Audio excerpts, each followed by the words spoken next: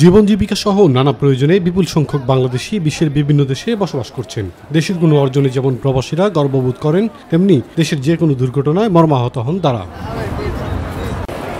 দেশের যে কোনো দুর্ঘটনায় পরিবার নিয়ে থাকেন আতঙ্কের মধ্যে। এর মধ্যে অগ্নিকাণ্ডের মতো দুর্ঘটনা সবচেয়ে বেশি আতঙ্কগ্রস্ত করছে প্রবাসীদের। এই অবস্থা থেকে পরিত্রাণ পেতে বাণিজ্যিক ও আবাসিক ভবনে অগ্নি নিরাপত্তা নিশ্চিতের দাবি জানিয়েছেন প্রবাসীরা। আমরা যারা প্রবাসে আছি, আমরা এই জিনিসগুলো যখন নিউজে দেখি, আমরা অনেক বেশি মর্মাহত হই, অনেক বেশি কষ্ট পাই।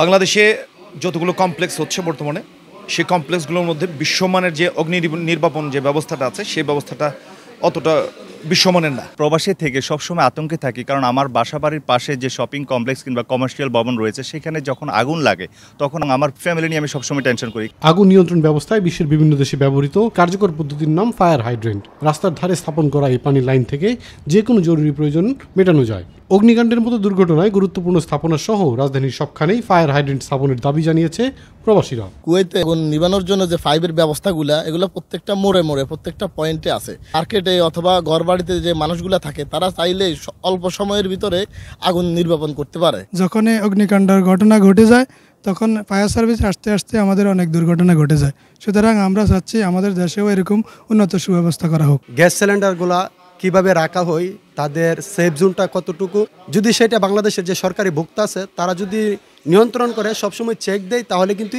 অগ্নি দুর্ঘটনাটা একটু কমে আসছে।